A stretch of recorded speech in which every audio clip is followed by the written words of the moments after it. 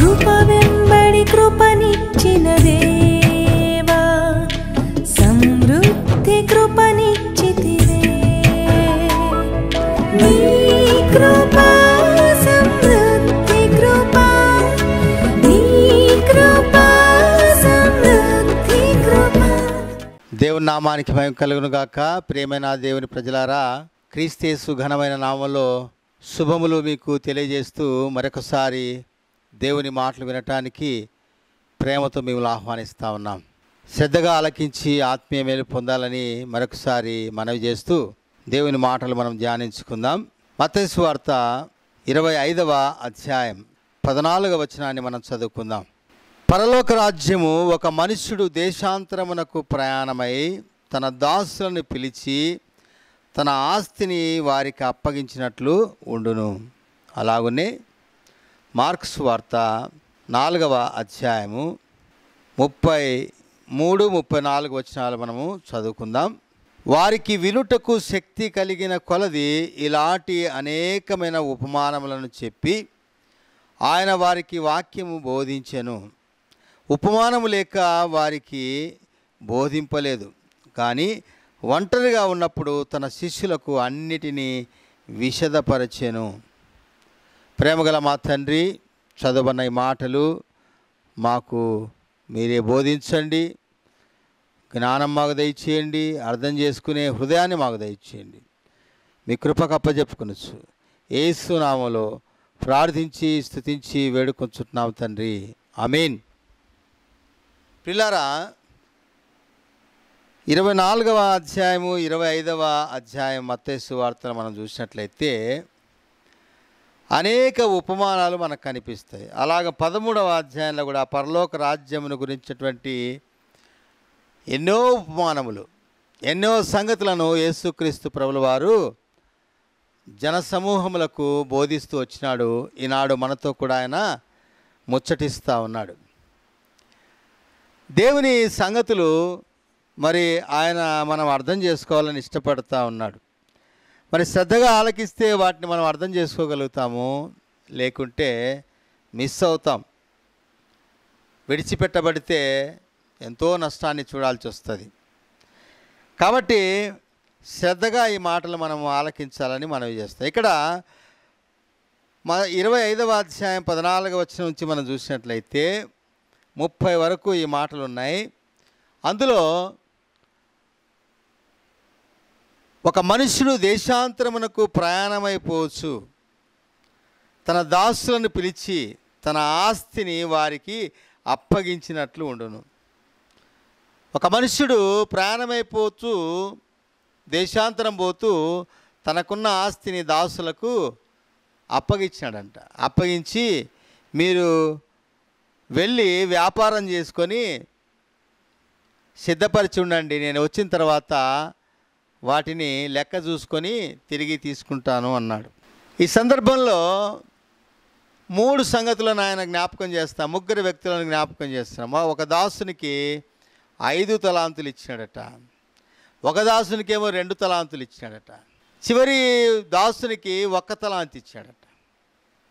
ఆయన దేశాంతరం పోయి తిరిగి వచ్చే సమయానికి వచ్చి వారి దగ్గర లెక్కలు చూసుకుంటే 5 తలాంతులు తీసుకున్నవాడు వ్యాపారం చేసి దాని మీద మరి 5 తలాంతులు సంపాదించి యజమానికి అప్పచెప్పినాడట. ఎప్పుడైతే యజమానికి అప్పచెప్పినాడో యజమానుడు చాలా సంతోషించినాడు. చాలా సంతోషించి మరి ఆ వ్యక్తిని మెచ్చుకుంటా ఉన్నాడు. భలా నమ్మకమైన మంచి దాసుడా, నీవి కొంచెంలో నమ్మకంగా ఉంటివి, నిన్ను అనేకమైన వాటి మీద నియమించెదను, నీ యజమానుని సంతోషంలో పాలు పొందుమని అతనితో చెప్పాను. భలా నమ్మకమైన దాసులని మెచ్చుకుంటా ఉన్నాడు. మెచ్చుకోవడమే కాకుండా ఇంకా కొన్ని తలాంతులు ఇచ్చి ఇంకా కొన్ని బాధ్యతలు అప్పగించి నీ యజమానుని సంతోషంలో పాలు పొందు. యజమానుడు వారి సంతోషము మరి గంభీరంగా ఉంటుంది. ఎందుకంటే ధనవంతుడు కనుక వారి విందు భోజనాలు, వారి యొక్క కార్యక్రమాలు ఆహ్లాదాన్ని ఇస్తాయి. కాబట్టి ఆ దాసుని మెచ్చుకొని చేర్చుకున్నాడు. 2 తలాంతులు తీసుకున్నటువంటి ఆ దాసుని కూడా పిలిచి లెక్క చూస్తే అతను కూడా మరి 2 తలాంతులు సంపాదించాడట. ఆ తలాంతులు మరి చూసినటువంటి ఆ యజమానుడు అతన్ని కూడా మెచ్చుకున్నాడు. భలా నమ్మకమైన మంచి దాసుడా, ఇదిగో నీకు అనేకమైన సంగతుల మీద నిన్ను కూడా నేను నియమిస్తూ ఉన్నాను. ఈ కొంచెంలో నీవు నమ్మకంగా ఉన్నావు కాబట్టి నీ యజమాని సంతోషంలో పాలు పొందుమని అతనితో కూడా చెప్పినాడట. మన 3వ వ్యక్తి దగ్గరికి వచ్చిన 1 తలాంతు తీసుకున్న వ్యక్తి దగ్గరికి వచ్చి, అయ్యా మరి నీ సొమ్ము ఏం చేసినావు అంటే ఆయన కఠినంగా ఆ దాసుడు కఠినంగా మాట్లాడుతున్నట్టుగా మనకు అనిపిస్తుంది. నీవు కఠినుడమైన యజమానుడు అని నేను ఎరుగుదును. నీ డబ్బులు ఎక్కడైనా మిస్ అయితే నీవు చాలా కఠినంగా ప్రవర్తిస్తావు, అందుకని నేను దాన్ని గొయ్యి తీసి గుంత తీసి దాచిపెట్టినాను, ఇదిగో నీది నువ్వు తీసుకో అని ఆ 1 తలాంతుని ఎన్నికిచ్చాడట. ఎన్నికిచ్చినప్పుడు అక్కడ జరిగిన సంగతిని మనం చూసినట్లయితే 25వ వచనంలో ఇట్లా వ్రాయబడింది, కనుక నేను భయపడి వెళ్ళి నీ తలాంతును భూమిలో దాచిపెట్టి తిని, ఇదిగో నీది నీవు తీసుకునమని చెప్పాను. అందుకు అతని యజమానుడు అని చూచి, సోమరివైన చెడ్డదాసుడా, నేను విత్తని చోట కోయివాడను, చల్లని చోట పంట కూర్చుకునేవాడనని నీవు ఎరుగుదువా? అట్లయితే నీవు నా సొమ్ము సావుకారుల యొద్ద ఉంచవలసి ఉండెను, నేను వచ్చి వడ్డీతో కూడా నా సొమ్ము తీసుకుని ఉందనే అని చెప్పి ఆ తలాంతును వాని యొద్ద నుండి తీసివేసి 10 తలాంతులు గల వానికి ఈయుడి, కలిగిన ప్రతి వానికి ఇవ్వబడును, అతనికి సమృద్ధి కలుగును, లేని వాని యొద్ద నుండి వానికి కలిగినది తీసివేయబడును. మరియు పనికిమాలిన ఆ దాసుని వెలపటి చీకటిలోనికి త్రోసివేయుడి, అక్కడ ఏడ్పును పళ్ళు కొరుకుటై ఉండునని చెప్పాను. పిల్లారా, ఎంత విచారకరం! ఈ 1 తలాంతు తీసుకున్న వ్యక్తి చాలా మరి పని చేయకుండా సోమరి అయి ఉండి సోమరితనంతో ఇంకా మరి యజమాని కూడా కఠినంగా మాట్లాడుతూ ఆ సొమ్మును అప్పగించినప్పుడు ఆ యజమానికి చాలా కోపం వచ్చిందట.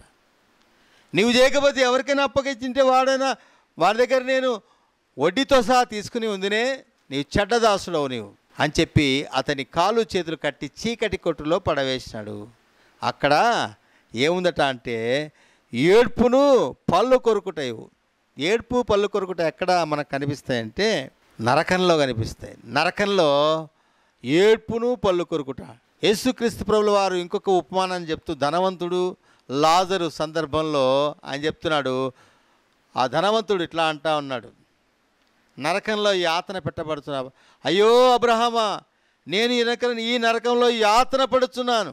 అప్పుడు అబ్రహాం అన్నాడు, నీవు నీ జీవించిన కాలంలో ఏ పని చేయకుండా సుఖాన్ని అనుభవించినావు, చెప్పిన పని నీవు చేయలేదు, నీకున్న ధనంతో నీవు సంతోషించినావు, పేదలను కనికరంతో చూడలేకపోతేవి, దేవుని మనస్సు నీవు కలిగి లేక ఉంటివి, కనుక ఇప్పుడు అగ్నిలో యాతన పడుతూ ఉన్నావు అని అబ్రహాము జ్ఞాపకం చేసినట్టుగా మనకు కనిపిస్తుంది.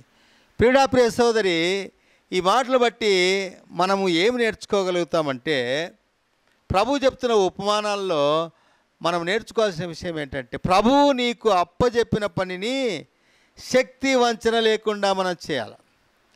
అంటే శక్తి వంచన లేకుండా అంటే మన సామర్థ్యం కొలది మనము పని చేయాలి.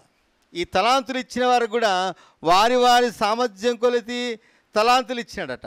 అయితే చివరిగా 1 తలాంతు తీసుకున్నాడు మాత్రము తన సామర్థ్యాన్ని ఖర్చు పెట్టలే.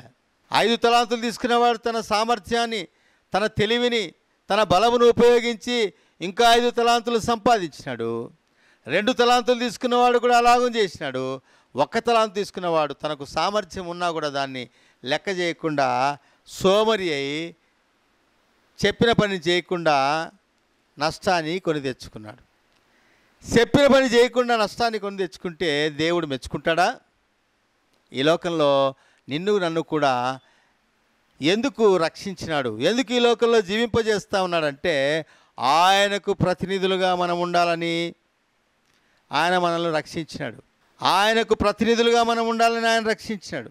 అపోస్తుల కార్యములు 1వ అధ్యాయంలో మనం చూసినట్లయితే శిష్యులను ప్రభు హెచ్చరిస్తూ ఉన్నాడు, మీరు ఇక్కడ యెరూషలేములో వేచి ఉండండి, నేను వాగ్దానం చేసినటువంటి పరిశుద్ధాత్మని పంపిస్తాను, పరిశుద్ధాత్ముడు మీ మీదకి వచ్చినప్పుడు మీరు శక్తిని పొందేరు. 1వ అధ్యాయం అపోస్తల కార్యం 8వ వచనంలో ఈ మాటలు ఉన్నాయి. మీరు శక్తిని పొందేరు కనుక యెరూషలేములోను యూదయ సమరయ దేశములంతటను భూదిగంతముల వరకు నాకు సాక్షులై ఉందరు. అంటే ఈ లోకంలో ప్రభు మన కొరకు తన ప్రాణం పెట్టి శ్రమ పొంది మనం పొందాల్సినటువంటి ఆ దెబ్బలు తన మీద వేసుకొని మన శిక్షనంతటి తన మీద వేసుకొని మన మీద ఉన్న శిక్షను తీసివేసి తీర్పును తీసివేసి మనల్ని స్వేచ్ఛగా జీవించటానికి అవకాశాన్ని ఇచ్చి పని చేయమని చెప్తే, సాక్షులుగా ఉండమని చెప్తే, సాక్షులుగా ఉండకుండా సోమరులమై మనము జీవించటానికి కొరకై మనల్ని రక్షించలేదు. గాలికి ప్రయాసపడినట్లు ప్రభు మనల్ని రక్షించలేదు. నిన్ను నన్ను ఆయన రక్షించాడంటే ఆయనకు నీవు ప్రతినిధిగా ఉండాలి, ఆయనను నీవు ప్రచురించాలి. పేతురు తన పత్రికలో 1వ పత్రికలో 2వ అధ్యాయం 9వ వచనంలో చెప్తున్నాడు, అయితే మీరు ఆశ్చర్యకరమైన తన వెలుగులోనికి పిలిచిన వాని గుణాతిశయములను ప్రచురము చేయు నిమిత్తము రాజులైన యాజకుల వంశములోనికి మిమ్మల్ని తీసుకొచ్చి పరిశుద్ధ జనంగా మిమ్మల్ని చేసినాడయ్యా అంటా ఉన్నాడు. అంటే ఈ లోకంలో మనల్ని రాజులుగాను యాజకులుగాను పరిశుద్ధ జనముగాను ఏర్పరచబడిన ప్రజలుగా చేసినాడంటే ఆయనకు ప్రతినిధులుగా ఉండాలని, ఆయన్ను ప్రతిబింబింపజేయాలి. నీ జీవితాన్ని బట్టి యేసు లోకమునకు కనబడాలి. చూడండి, సూర్యుడు ఉన్నాడు, సూర్యుడు వెలుగుతూ ఉంటాడు. చంద్రుడు ఉన్నాడు, చంద్రుడు స్వయం ప్రకాశి కాదు, తనకు తానుగా ప్రకాశింపలేడు. అయితే రాత్రిపూట చూస్తే చంద్రుడు ఎంత అందంగా ప్రకాశిస్తాడు, మనం కనపడడు సూర్యుడు ఎక్కడున్నాడో. సూర్యుడు తను సొంతంగా ప్రకాశిస్తాడు. రాత్రి వచ్చేటప్పటికి చంద్రుడు చల్లగా మంచి వెలుతునిస్తాడు. ఎక్కడి నుంచి వస్తుంది వెలుతురంటే సూర్యుని వెలుగు చంద్రుని మీద పడగా ఆ చంద్రుడు ప్రతిబింబముగా ఒక అద్దము వలె సూర్యుని యొక్క వెలుగును చల్లగా చూపిస్తూ ఉన్నాడట. ప్రభు మనల్ని రక్షించింది ఎందుకంటే దేవుని యొక్క గుణగణాలను, ఆయన యొక్క ప్రేమను, ఆయన యొక్క దయను లోకమునకు ప్రతిబింబింపజేయటానికే మనల్ని రక్షించినాడు. కాబట్టి మనం పని కలిగి ఉండాలని దేవుడు ఇష్టపడుతూ ఉన్నాడు. పని చేయని వాని పట్ల దేవుడు సంతోషించాడు. యేసుక్రీస్తు ప్రభువు వారు ఇంకొక ఉపమానాన్ని కూడా చెప్పినాడు. ఒక యజమానుడు తన ద్రాక్ష తోటలోనికి పనివారిని పెట్టుకోవాలని పొద్దు నుంచి పిలుస్తున్నాడట. 9 గంటలకు ఒక టీం వచ్చింది, పని చేస్తున్నారు. 12 గంటలకు వచ్చినారు, వారిని కూడా చేర్చుకున్నాడు. 3 గంటలకు వచ్చినారు, 3 గంటల వారిని కూడా చేర్చుకున్నాడు. ఇంకా ఆయన రోడ్డుపై పోతుంటే 5 గంటల సమయంలో కొంతమంది ఊరికే నిలుచున్నారట. మత్తయి సువార్త 20వ అధ్యాయంలో మాటలు రాయబడి ఉన్నాయి. వారు ఊరికే నిలుచున్నప్పుడు ప్రభు మరి ఆ యజమానుడు అంటా ఉన్నాడు, అయ్యా మీరు ఊరికే ఎందుకు నిలుచున్నారు అంటే, ఎవ్వరూ మమ్మల్ని పనికి పిలుచుకోలేదయ్యా అని చెప్తా ఉన్నారు. అయితే ఆయన అంటున్నాడు, అయితే మీరు నా ద్రాక్ష తోటలోనికి రండి, ఇంకా కొంచెమే సమయం ఉంది, 5 గంటల కంటే ఇంకా చీకటి పడే వేళ దగ్గర పడింది, అయినా పర్లేదు మీరు రండి పని చేయండి అంటాను. అంటే ఆ ఉద్దేశం ఏంటంటే ఏ సమయమైనా సరే నీవు పని కలిగి ఉండాలా. దేవుడు నిన్ను ఈ లోకంలో సాక్షిగా ఉంచాలని ఇష్టపడతా ఉన్నాడు. ఊరికే మనల్ని ఉండాలని ఇష్టపడడం లేదు. చాలాసార్లు మనం ఏం చేస్తామంటే అలసిపోయినట్లుగా పడిపోతాం, అలుపు లేకపోయినా పని చేయకుండా అలసిపోయినట్లుగా పడిపోతాం. అదెంతో విచారకరమైన విషయం. ప్రభు మనల్ని అట్లా కోరడం లేదు. మనల్ని ఆయన బలపరచాలని, మనల్ని బలపరిచి ఇదిగో పనిని జ్ఞాపకం చేసి ఆయన పనిలో పెట్టుకోవడానికి ఇష్టపడతా ఉన్నాడు. ఏలియా జీవితంలో మనం చూసినట్లయితే ఏలియా ఆకాశం నుండి అగ్నిని కురిపించినవాడు. ప్రార్థన చేస్తే అగ్ని కురిపించబడేది. అద్భుతాలు చేసినవాడు ఏలియా, దేవుని పక్షంగా ఉన్నవాడు ఏలియా, దేవుని ప్రవక్త ఏలియా. అయితే ఒక సమయం వచ్చింది, ఆ ఏలియా పారిపోతూ ఉన్నాడు. భయం వేసింది ఆయనకు. యెజెబెలు నిన్ను చంపేస్తా అంటే ఆయన పారిపోతూ ఉన్నాడు. పారిపోతున్న సమయంలో మరి ఆ అలసిపోయి ఒక బదరీ వృక్షం కింద కూర్చున్నాడట. బదరీ వృక్షం కింద కూర్చున్నప్పుడు దేవుని దూత వచ్చి తట్టి లేపి ఆయనకు భోజనం పెట్టి, భోజనం చేయి, మరీ పడుకో, మళ్ళీ లేచి మరి భోజనం చేసి బయలుదేరు, నీకు చాలా పని ఉంది అంటా ఉన్నాడు. రాజుల గ్రంథంలో, మొదటి రాజుల గ్రంథంలో ఆ మాటలు మనకు కనిపిస్తాయి. అని చెప్తా ఉన్నాడు, ఇదిగో నీకు పని చాలా ఉంది, పని చేయటానికి నీవు సిద్ధపడు అంటే ఆయన ప్రభు మాటకు లోబడి దేవుని పని జరిగించిన వాడుగా ఉన్నాడు. అందుకని ఆయన మరణము చూడకుండా పరలోకానికి వెళ్ళిపోయినారు. ఇద్దరున్నారు మరణం చూడకుండా వెళ్ళిపోయినారు. ఒకరు హానోకు, ఆది కాండలో మనకు కనిపిస్తాడు. హానోకు దేవునితో నడుస్తూ నడుస్తూ అట్లే వెళ్ళిపోయినాడట. ఒక దైవజనుడు చెప్తా ఉన్నాడు, దేవుడు ప్రతిరోజు ఆయన భుజం మీద చేయి వేసి ఆయనతో నడుస్తాడట. హానోకు కూడా ఆయనతో మాట్లాడుతూ ఆయనతో నడుస్తూ ఉంటాడు. రోజు కొంచెం దూరం నడిచిన తర్వాత దేవుడు తన స్థానానికి వెళ్ళిపోతాడు, ఆయన ఇంటికి వస్తాడట. అలాగ నడుస్తున్నప్పుడు ఒక సమయం వచ్చింది, 365 సంవత్సరాలు ఆయన జీవించిన కాలము తర్వాత నడుచుకుంటూ వెళ్తూ ఉంటే ప్రభు అన్నాడట, ఇది ఊహ, హానోకు నీవు ఇంత దూరం వచ్చినావు కదా, ఇక రా నాతో పాటు వెళ్ళిపోదామన్నాడట.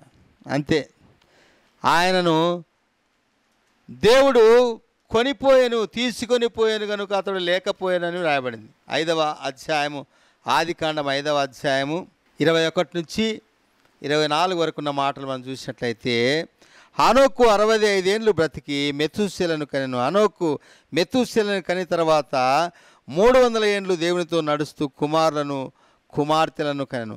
హానోకు దినములన్నీ 365 ఏండ్లు. హానోకు దేవునితో నడిచిన తర్వాత దేవుడు అతనిని తీసుకుని పోయాను గనుక అతడు లేకపోయాను.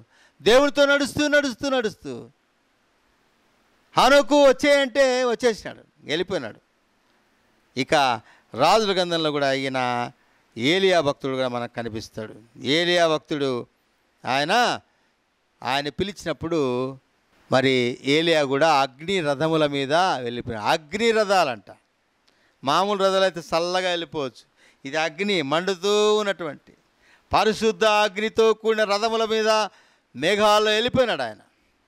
కాబట్టి దేవుని పని జరిగించు వారికి లేక దేవునితో నడుచు వారిని ఆయన తన సన్నిధికి సమకూర్చుకుంటాడు. అంటే ఈ లోకాన్ని తీసేసి వెంటనే పిలుచుకుంటాడని ఉద్దేశం కాదు. దేవునితో నడుస్తున్నప్పుడు దేవుని సముఖమునకు మనము శ్రేష్టమైన వారముగా దేవుని రాజ్యంలో మనం ఉండబోతా ఉన్నాం. కాబట్టి పని కలిగి ఉండాలి, పని లేకుండా మనం ఏమీ చేయకూడదు. భక్తుల అనుభవాల్లో మనం చూసినట్లయితే నెహెమ్యా గ్రంథంలో 4వ అధ్యాయం 6వ వచనం చూసినట్లయితే ఒక చక్కటి మాట అక్కడ మనకు కనిపిస్తుంది. గమనించండి, నేను చదువుతున్నాను. నెహెమ్యా గ్రంథము 4వ అధ్యాయము 6వ వచనం. అయినను పనిచేయుటకు జనులకు మనస్సు కలిగి ఉండెను కనుక మేము గోడను కట్టుచుంటిమి, అది సగం ఎత్తు వరకు కట్టబడి ఉండెను. ఇక్కడ సందర్భం ఏమిటంటే యెరూషలేము యొక్క ప్రాకారములు కూల్చివేయబడినాయి, గుమ్మములు అగ్నిచేత కాల్చివేయబడినాయి, యవనస్తులు జ్ఞానులు పట్టబడి దాస్యంలో ఉన్నారు. అయితే నెహెమ్యాకు ఆ విషయం తెలిసినప్పుడు నెహెమ్యాకు రోషం కలిగింది. నా జనులు, నా పితరులు నివసించే స్థలము, నా పితరులు సమాధులు ఉన్నటువంటి ఆ ప్రదేశం, ఆ దేశం అగ్నిచేత కాల్చబడిందా, దాన్ని నేను బాగు చేయాలా అని ప్రార్థన చేసి, ఉపవాసం ఉండి ప్రార్థన చేసి రాజు దగ్గర పోయి పర్మిషన్ తీసుకొని ఆ గోడ కట్టడానికి ప్రయత్నం చేస్తున్నాడు. వారు గోడ కట్టడానికి ప్రయత్నం చేస్తుంటే అక్కడ అడ్డుపడేవారు చాలామంది ఉన్నారట. వారు ఏం చేస్తున్నారంటే ఎగతాళి చేస్తూ ఉన్నారు. మీరు కట్టే గోడ నక్క ఎగిరితే అవి పడిపోతాయి, అలాంటి గోడ మీరు కట్టేది, ఏం కడుతున్నారు మీరు అని ఎగతాళి చేస్తుంటే ఆయన మాత్రము వెనక్కి తిరగల. ఎవరు ఎగతాళి చేసినా, ఎవరు బలహీనపరిచినా ఆయన మాత్రం వెనక్కి తిరగలేదు.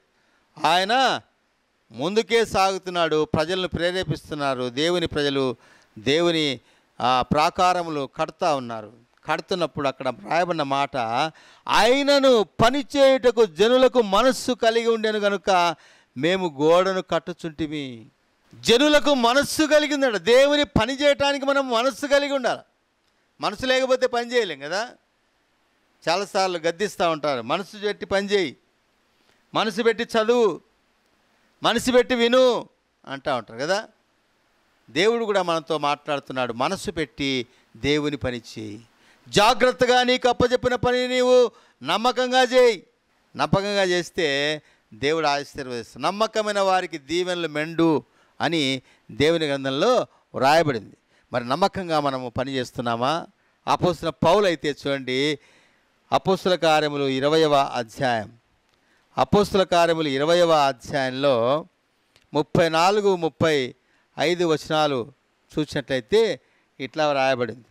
33 నుంచి కూడా, ఎవని వెండినను బంగారమునను వస్త్రములను నేను ఆశింపలేదు, నా అవసరముల నిమిత్తము నాతో ఉన్నవారి నిమిత్తమును నేను ఈ నా చేతులు కష్టపడినవని మీకే తెలియను.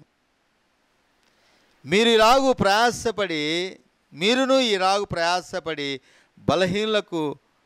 బలహీనులను సంరక్షింపవలననియు పుచ్చుకొనుట కంటే ఇచ్చుట ధన్యమనియు ప్రభు అయిన యేసు చెప్పిన మాటల జ్ఞాపకము చేసి అన్ని విషయములలో జ్ఞాపకము చేసుకునే వలననియు అన్ని విషయములలో మీకు మాదిరి చూపి తిని అంటా ఉన్నాడు. అపోస్తలుడైన పౌలు చెప్తున్నాడు, నేను ఎవరి బంగారునైనా కోరినానా, ఎవరి వెండినైనా నేను కోరితినా, ఎవరి వద్ద డబ్బులు నేనేమో ఆశించినా, నా కోసము నాతో ఉన్న వారి కోసము నేను కష్టపడి పనిచేసి సంపాదించి తిన్నాము, సువార్త ప్రకటిస్తూ ఉన్నాను. సువార్త ప్రకటనలో నేను ఎవరిని ఆశించలేదు. నాకు అవకాశం ఉంది, నేను పని చేస్తున్నాను కాబట్టి పనివాడు జీతమునకు పాత్రుడే, అయినా నేను ఆశించలేదు, కష్టపడి పని చేసిన అంటున్నాడు. కష్టపడి పని చేస్తూ పరిచర్య చేసిన వాడుగా ఉన్నాడు. నెహెమ్యా అయితే ఎవరో గిట్టని వారు వ్యర్థమైన మాటలు మాట్లాడుతూ బలహీనపరుస్తున్నప్పుడు పనివారి యొక్క మనసులను దృఢపరుస్తూ వారిని ప్రోత్సహించినాడు. పనివారికి పని చేయటానికి మనస్సు కలిగి ఉండేను అని చూస్తున్నాం. పౌలు కూడా మనస్సు కలిగి కష్టపడి పని చేస్తూ పరిచర్య చేస్తాను. శిష్యులు కూడా వారి జీవితాల్లో ఒక మాట నేను జ్ఞాపకం చేస్తాను చూడండి. శిష్యులు ఏం చేశారట అంటే, వారు భోజనము చేయటానికి కూడా వారికి అవకాశం లేదట. ఎంత పని చేస్తానంటే ప్రభుతో కూడా ఎంతోమంది వస్తూ ఉంటే వారిని స్వస్థపరుస్తున్నారు, వారిని ప్రభు దగ్గర తీసుకొని వస్తూ ఉన్నారు, ప్రభు మాటలు వారికి వినిపించటానికి సహాయపడతా ఉన్నారు. 5 రొట్టెలు 2 చేపలు ఎంతో వేల మందికి పంచినప్పుడు వీరు సాయం చేస్తూ ఉన్నారు. ఇట్లా పనిచేస్తూ ఉన్నప్పుడు వారిని ఉద్దేశించి ప్రభు చెప్తున్న మాట ఏంటంటే, మార్క్స్ వార్త 6వ అధ్యాయము 30-31 వచనాల్లో ఇట్లా వ్రాయబడి ఉన్నాయి. అంతటా అపోస్తలులు యేసు యొద్దకు కూడి వచ్చి తాము చేసినవన్నీ బోధించినవన్నీ ఆయనకు తెలియజేసింది. అప్పుడు ఆయన, మీరేకాంతముగా అరణ్య ప్రదేశమునకు వచ్చి కొంచెం సేపు అలసట తీర్చుకునుడని చెప్పాను. ఏలైనగా అనేకులు వచ్చుచూ పోవుచూ ఉండినందున భోజనము చేయుటకైన వారికి అవకాశం లేకపోయినా, అంటే అన్నం తినటానికి కూడా సమయం లేనంతగా పనిచేస్తూ ఉన్నారు శిష్యులు. అపోస్తలులు ఊరికే అద్భుతాలు చేయలేదు, అపోస్తలులు ఊరికే గొప్పవారు కాలేదు, అపోస్తలులు ఊరికే పరలోక రాజ్యంలో తీర్పుగా సింహాసనం మీద కూర్చోలేదు. వారు తమకున్నవన్నీ వదిలిపెట్టినారు, తమ ఆస్తిని వదిలిపెట్టినారు, ప్రభుని వెంబడించినారు. భోజనం చేయడానికి కూడా వారికి సమయం లేకపోయింది. అలాంటి సేవ వారు చేస్తూ వచ్చినారు. కాబట్టి వారికి అప్పచెప్పిన పనిని జరిగించుటలో వారి శరీరాన్ని వారు చూసుకోలేదు. నీవు నేను ఎట్లున్నాం? ప్రభు పనిలో నమ్మకంగా ఉన్నామా? నమ్మకంగా లేకపోతే మనము ప్రభుకు అప్పచెప్పుకోవాలి. ఎపఫ్రా అనే ఒక వ్యక్తి ఉన్నాడు. కొలస్సీ పత్రికలో 4వ అధ్యాయంలో 12-13 వచనాల్లో చూస్తే అక్కడ ఏం రాయబడిందంటే, ఎపఫ్రా మీ నిమిత్తమై మీ ఉన్నతి కొరకు, మీరు ఆత్మీయంగా ఎదగటానికి కొరకు, దేవుని సన్నిధిలో మీరు బలపరచబట్టానికి కొరకై మీ నిమిత్తము ఆయన ప్రార్థనలో ఎల్లప్పుడూ పోరాడుతున్నాడు. ప్రార్థన చేసే అనుభవం నీకుందా? నీ పనులు పక్కన పెట్టి దేవుని ఘనపరిచే అనుభవం శిష్యుల వలె నీకుందా? పౌలు వలె సొంత సొమ్ము చేత ప్రభువును సేవించే అనుభవం నీకుందా? దేవుని మందిరం ఉన్నటువంటి ఆ ప్రాకారములు కూలిపోయి ఉన్నప్పుడు నెహెమ్యా చేసినటువంటి పనిని, నెహెమ్యాతో ఉన్నటువంటి జనులు మనస్సు కలిగి పనిచేసినారు, ఎవరి మాటలు లెక్క చేయలేదు. అలాంటి అనుభవం నీకుందా? ఉన్నట్లయితే దేవునికి స్తోత్రము. నిన్ను ప్రభు అంటున్నాడు, భలా నమ్మకమైన మంచి దాసుడా, ఇదిగో నాతో నా సంతోషంలో నీవు పాలిభాగస్తుడవు, నీవు నా సంతోషంలో నీవు నిత్య సంతోష సమాధానములతో కూడినటువంటి ఆ మోక్ష రాజ్యం, పరలోక రాజ్యం నీది అంటా ఉన్నాడు. ఒకవేళ ఆ ఒక్క తలాంతు తీసుకున్న మూడవ వ్యక్తిని జ్ఞాపకం చేసుకున్నట్లయితే అతడు పని చేయకుండా సోమరి వలె ఉండి తాను తిట్లు తిన్నాడు. తిట్టినాడులే, యజమానుడు కదా అనుకున్నట్లయితే అగ్ని గంధకముల చేత మండు గుండానికి అప్పచెప్తా అన్నాడు. సోమరివైన చెడ్డదాసుడా పో అన్నాడు. ఒకవేళ అలాంటి దుస్థితి మన జీవితం మీద ఉంటే మనము ఎట్లా తప్పించుకుంటాం? ఇంత గొప్ప రక్షణను నువ్వు నిర్లక్ష్యం చేసినట్లయితే ఎలాగూ తప్పించుకుందువు అని దేవుని వాక్యం హెచ్చరిస్తుంది. కాబట్టి ప్రియ సోదరి, నిన్ను ప్రభువు రక్షించినాడు, నీకు పని అప్పచెప్పినాడు, నీవు సాక్షిగా ఉండాలని కోరుతా ఉన్నాడు. ఆయనకి ఇష్టడుగా నీవు జీవిస్తావా? జీవించినట్లయితే ఆయన నిన్ను బట్టి సంతోషిస్తాడు. పరలోకంలో సంతోషం కలుగుతుంది, నిన్ను బట్టి సమాజం సంతోషిస్తుంది, అనేకులు మేలు పొందుతారు. అలాంటి శ్రేష్టమైన భాగ్యము దేవుడు నీకు అనుగ్రహించునుగాక. ప్రేమగల మా నాయన, ఇది నాన్న చెప్పుకున్నటువంటి మాటలను ఆశీర్వదించండి, అనేకులు మేలు పొందినట్లుగా మీరు కార్యం జరిగించండి. ప్రభాదేవా, మేము ఎక్కడా సోమరుల వలె ఉండకుండా శ్రద్ధ కలిగిన వారముగా, నీ పని పట్ల మక్కువ కలిగి, భారము కలిగి చేయటం ద్వారా పరలోకంలో నీతో సంతోషించటానికి ప్రభా మీరు మాకు సాయం చేయమని యేసుక్రీస్తు ప్రశస్తమైన నామంలో ఈ మాటలకు నీరు పోసి ఫలింపచేయమని, ఎవరితో మీరు మాట్లాడినారు ప్రభువా, వారిని దర్శించి బలపరచమని, నన్ను బలపరచమని యేసు నామంలో ప్రార్థించి స్తుతించి వేడుకొంచున్నాము తండ్రి. Amen, amen. Praise the lord. నీ కృప